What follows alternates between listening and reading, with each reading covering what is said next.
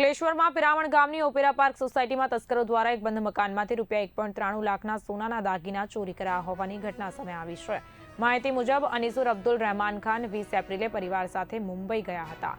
દરમિયાન તસ્કરોએ તિજોરી તોડી અંદરથી સોનાના દાગીના લઈ ફરાર થઈ ગયા। 23 એપ્રિલે પરિવાર સાથે પરત ફરેલા અનીસુર ખાને મકાનમાં તિજોરી તૂટેલી અને સમાન વેરવિખેર હાલતમાં જોવા મળતા ચોરીની ઘટના બહાર આવી હતી।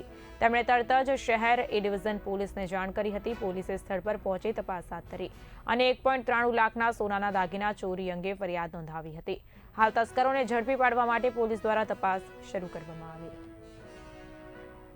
और मैं ओपेरा पार्क भी 12-13 अपार्टमेंट में रहता हूँ बॉम्बे में।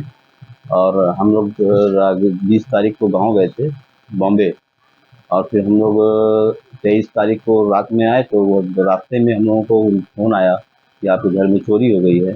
तो हमने आया तो यहाँ पे फिर मैं जाके राजा को परतीन चौकड़ी पे अपना FIR करवाया।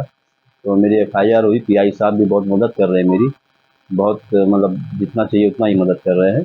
और डॉग वाले भी आए और फॉरेंसिक वाले भी आए, सब लोग आए और देख के गए। बॉम्बे गए था, बॉम्बे। तो कैसे पता चला कि तुम्हारे घर में चोरी हुआ है? हम लोग 23 तारीख को रिटर्न हो रहे थे, तो रास्ते में वापी के पास पहुँचे तो फ़ोन आया कि आपके घर में चोरी हो गई है। कितने कीमत की माल गया है? इसमें 5 साढ़े 5 तोला सोना गया है और कुछ कैश नगद गए हैं।